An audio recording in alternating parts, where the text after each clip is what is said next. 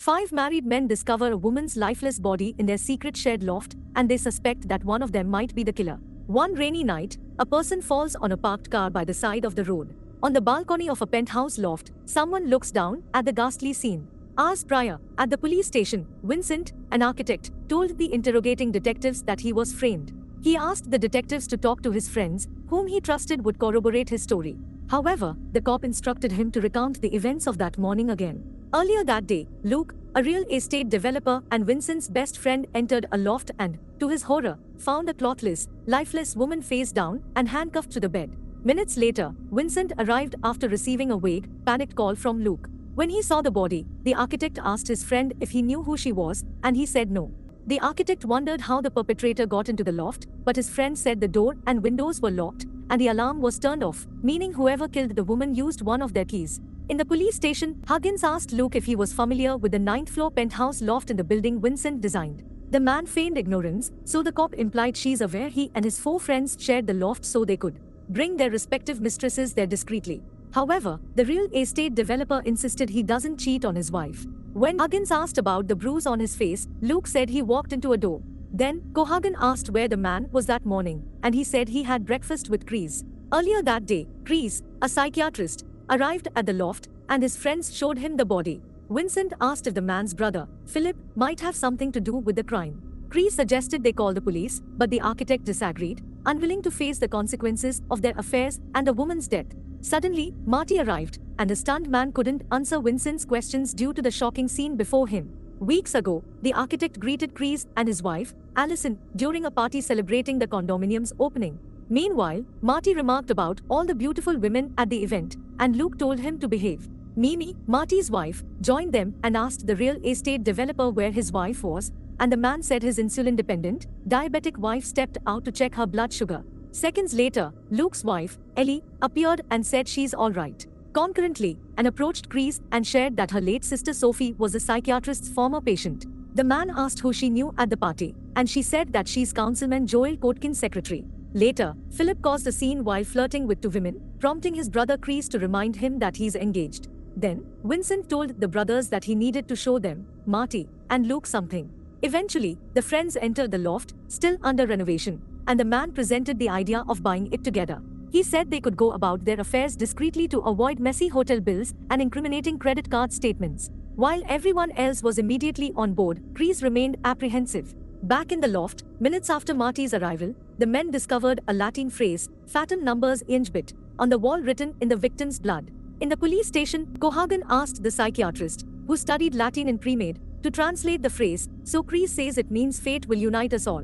When the cop insinuated only someone well-versed in the language could have written the message, Chris explained the phrase was grammatically incorrect and should have been fatum numbers inget.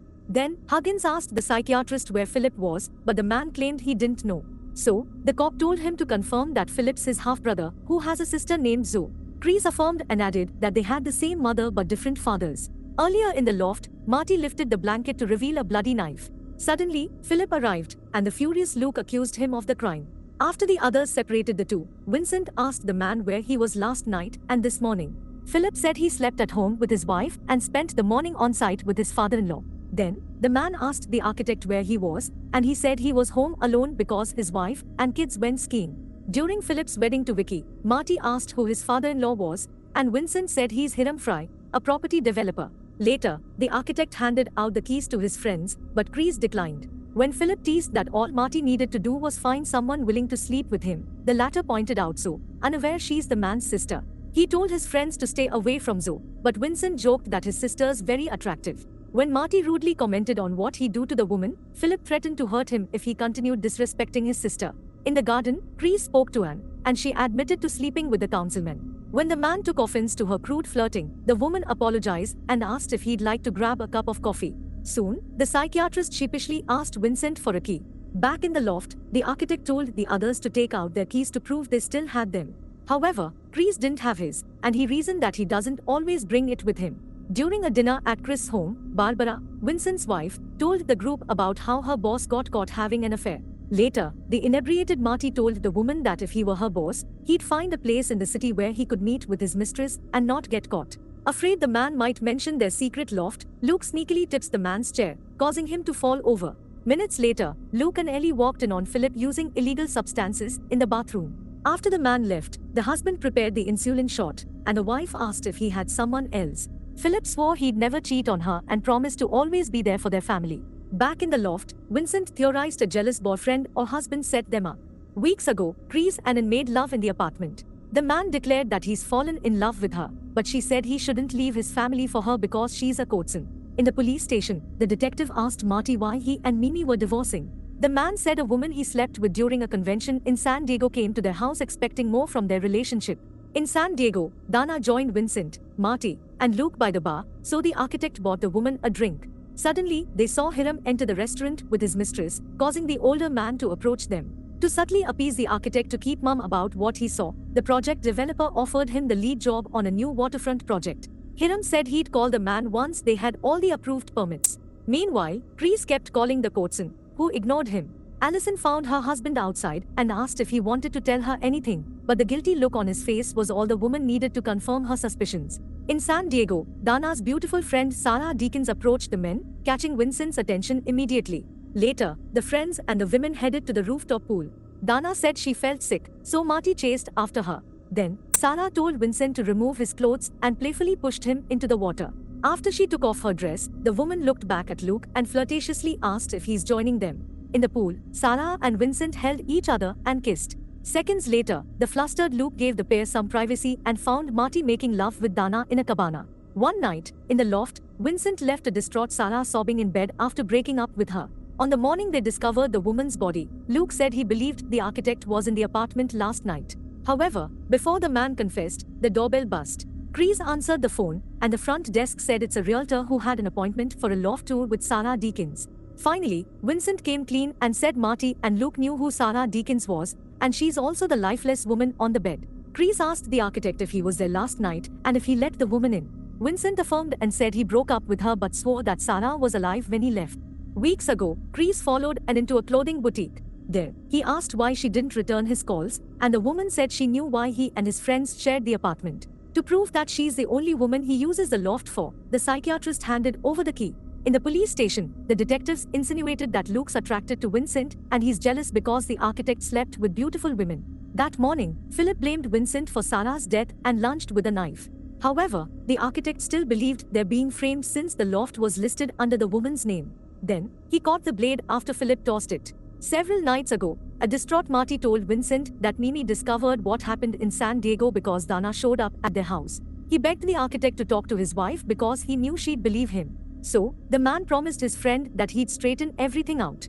Back in the loft, Chris handed Vincent a drink while they brainstormed what to do next. Philip, who still suspected the architect, believed the man had the keys to the handcuffs.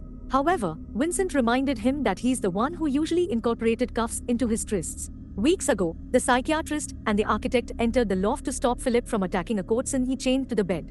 After ensuring the woman's safety, Chris told his brother that he'd never forgive him for what he'd done. The morning they found Sarah's body, Luke showed the group his secret surveillance room behind the wall, revealing that he recorded everyone's intimate moments. So, the indignant Philip punched him, explaining the bruise on his face. When Vincent asked if he recorded the events last night, the man said he didn't because the architect didn't inform the others he was coming. However, Luke said he documented the other times Vincent broke their ground rules. 2 nights ago, during the Fry fundraiser, Philip told Vincent that all the permits for the waterfront project were approved, so the latter wondered why Hiram hadn't called him yet. Then, the architect approached the project developer and implied that he knew he hadn't delivered on his promise. As he walked across the room, Vincent gave Zoe a nod, and Philip wondered why his sisters at the event. Meanwhile, Mimi spoke to Marty and callously said she should exact her revenge on the cheating husband by sleeping with Chris or Vincent. Later, Philip asked Vicky why she gave Zoe tickets to the fundraiser when she knew he wanted to keep his sister away from the lecherous men at these parties. Concurrently, Chris followed into the restroom, but the councilman joined him inside. Suddenly, Sarah exited one of the cubicles and wondered what the 2 men were doing there. After she left, the psychiatrist told Joel to stop seeing the courtesan because he loved her. He added that the woman wanted to be with him because he didn't need to pay her. The older man agreed with his statement but implied that someone else paid Anne.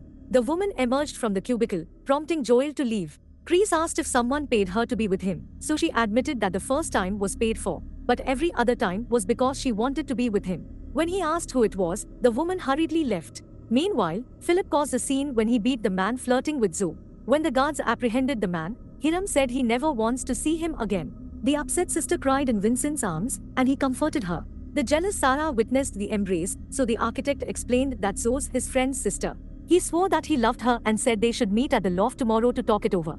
However, when the man said choosing between her and his wife wasn't that simple, she walked toward Barbara to tell her about the affair. Fortunately, Luke bumped into the woman and advised her not to proceed. Back in the loft, the architect began feeling dizzy and believed their wives found out about the loft and set them up. However, just before Vincent fell to the floor, Luke said he and the others found out about his secrets. Minutes earlier, Chris mixed the contents of a sedative capsule into the architect's drink. Later, Luke said they were in the apartment that morning before Vincent arrived. Earlier that day, the men, sans Vincent, found Sarah with an open medicine canister in her hand. Luke handed Chris a note the woman left for the architect with "See you in the next life" written on it. Philip suggested they figure out where the woman lived and leave her there in order to help Vincent with his predicament. However, Luke admitted he never called the architect and showed the others the surveillance room. There, he played videos of Vincent sleeping with Mimi, Zoe, and Anne. Luke explained that the man slept with Marty's wife the night he talked to her to hopefully save their marriage. However, Mimi got drunk, and the architect took advantage of her. As for Zoe, the man started sleeping with her after they met during Philip's wedding.